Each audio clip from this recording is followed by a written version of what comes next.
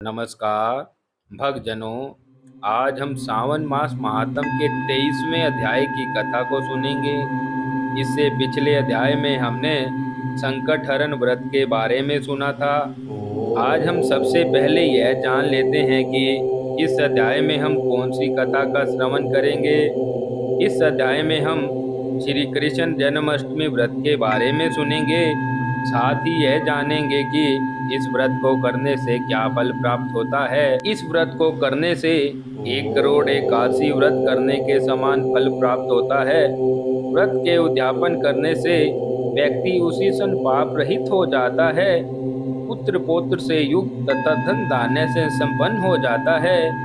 भक्तजनों, मेरे द्वारा प्रतिदिन दी जाने वाली जानकारी आपको किस प्रकार लगी, इसके लिए आप मेरे YouTube चैनल भक्ति मार्ग के कमेंट बॉक्स में जाकर कमेंट अवश्य करें। चैनल को लाइक तथा सब्सक्राइब करें, ज़्यादा से ज़्यादा शेयर करें। अब मैं सावन मास महात्म के 23वें अध्याय की कथा का वर्णन करता हूँ। ईश्वर बोले, हे संत कुमार, सावन मास में कृष्ण पक्ष की अष्टमी को वृषभ के चंद्रमा में अर्धरात्रि में इस प्रकार के शुभ योग में देवकी ने वसुदेव से श्री कृष्ण को जन्म दिया। भारत के पश्चिमी प्रदेशों में युगादि तिथि के अनुसार मास का नामकरण होता है। अतः सावन कृष्ण अष्टमी को भाद्रपद अष्टमी समझना चाहिए। सूर्य के सिंह राशि में प्रवेश करने पर इस श्रेष्ठ महोत्सव को करना चाहिए। सप्तमी के दिन अल्प आहार करें। इस दिन दंतवा धावन करके उपवास के नियम का पालन करें और जितेंद्रिय होकर रात में शयन करें। जो मनुष्य केवल उपवास के द्वारा कृष्ण जन्माष्टमी का दिन व्यतीत करता है, वह 7 जन्मों में किए गए पापों से मुक्त हो जाता है, इसमें संदेह नहीं है। पापों से मुक्त होकर गुणों के साथ जो वास होता है, उसी को सभी भोगों से रहित उपवास जानना चाहिए। अष्टमी के दिन नदी आदि के निर्मल जल में तिलों से स्नान करके किसी उत्तम स्थान में देवकी का सुंदर सूती का ग्रह बनाना चाहिए, जो अनेक वर्ण के वस्त्रों, कलश, फलों, पुष्पों तथा द्वीपों से सुशोभित हो और चंदन तथा अगरू से सुवासित हो। उसमें हरिवंश पुराण के अनुसार गोकुल लीला की रचना करें और उसे बाजों की ध्वनि तथा नृत्य गीत आदि मंगलों से सदा युक्त रखें। उस ग्रह के मध्य में षष्ठी देवी की प्रतिमा सहित स्वर्ण, चांदी, ताम्र, पीतल, मिट्टी अथवा मणि के अनेक रंगों से लिखी हुई श्री कृष्ण की प्रतिमा को स्थापित करें। वहाँ 8 सल्ले वाले पर्यंक के ऊपर सभी शुभ लक्षणों से संपन्न प्रस्तुतावस्था वाली देवती की मूर्ति को रखकर उन सबको एक मंच पर स्थापित करें और उस पर्यंक में स्तनपान करते हुए सुप्त बाल स्वरूप श्री कृष्ण को भी स्थापित करें। उस सूतिका ग्रह में एक स्थान पर कन्या को जन्म दी हुई यशोदा को भी श्री कृष्ण के समीप लिखें। साथ ही साथ हाथ जोड़े हुए देवताओं, यक्षों, विद्याधरों तथा अन्य देव योनियों को भी लिखें और वहीं पर खड्ग तथा ढाल धारण करके खड़े हुए वासुदेव को भी लिखें। इस प्रकार कश्यप के रूप में अवतीर्ण वसुदेव जी, अदिति स्वरूपा देवकी, शेषनाग के अवतार बलराम, अदिति के ही अंश से यशोदा, दक्ष प्रजापति के अवतार में नंद, ब्रह्मा के अवतार में गर्गाचार्य, सभी अप्सराओं के रूप में प्रगट गोपिका वृंद, देवताओं के रूप में जन्म लेने वाले गोपगण, काल नेमी स्वरूप कंस, उस कंस के द्वारा व्रज में भेजे गए वृषासुर, वत्सासुर, कुवलियापिड, केशी आदि असुर, हाथों में शास्त्र लिए हुए दानव तथा यमुना दाह में स्थित कालिये नाग, इन सब को वहाँ चित्रित करना चाहिए। इस प्रकार पहले इन्हें बनाकर श्री कृष्ण ने जो कुछ भी लीलाएं की हैं, उन्हें भी अंकित करके भक्ति परायण होकर प्रयत्न पूर्वक 16 उपचारों से देव की इस मंत्र के द्वारा उनकी पूजा करनी चाहिए। वेणु तथा वीणा की ध्वनि के द्वारा गान करते हुए प्रधान किन्नरों से निरंतर जिनकी स्तुति की जाती है, हाथों में दर्पण, ध्रुवा, दधि कलश लिए हुए किन्नर जिनकी सेवा कर रहे हैं, और जो सैया के ऊपर सुंदर आसन पर भली भांति विराजमान हैं, जो अत्यंत प्रसन्न मुखमंडल वाली हैं तथा पुत्र से शोभायमान हैं, वे देवताओं की माता तथा विजय सुता देवकी अपने पति वासुदेव सहित सुशोभित हो रही हैं। उसके बाद विधि को जानने वाले मनुष्य को चाहिए कि आदि में प्रणव तथा अंत में नमः से युक्त करके सभी नामों का उच्चारण करके सभी पापों की मुक्ति के लिए देवकी, वासुदेव, बलदेव, नंद तथा यशोदा की पृथक पृथक पूजा करनी चाहिए। उसके बाद चंद्रमा को अर्घ्य प्रदान करना चाहिए तथा श्री हरि का सिमरन करना चाहिए और इस प्रकार कहना चाहिए, हे क्षीर सागर, हे अत्रि गोत्र में उत्पन्न आपको मेरा नमस्कार है। हे रोहिणी कांत, मेरे इस अर्घ्य को आप स्वीकार कीजिए।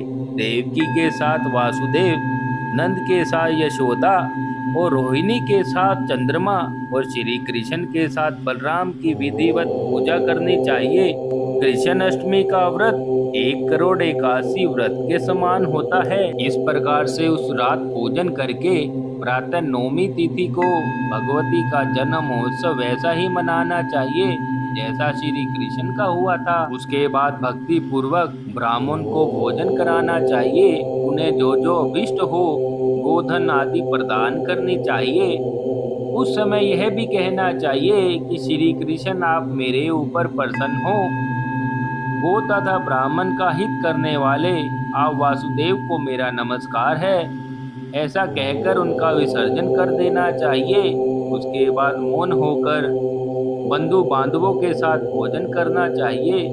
इस प्रकार जो प्रत्येक वर्ष विधान पूर्वक कृष्ण तथा भगवती का जन्म महोत्सव मनाता है वह यथोक्त फल प्राप्त करता है।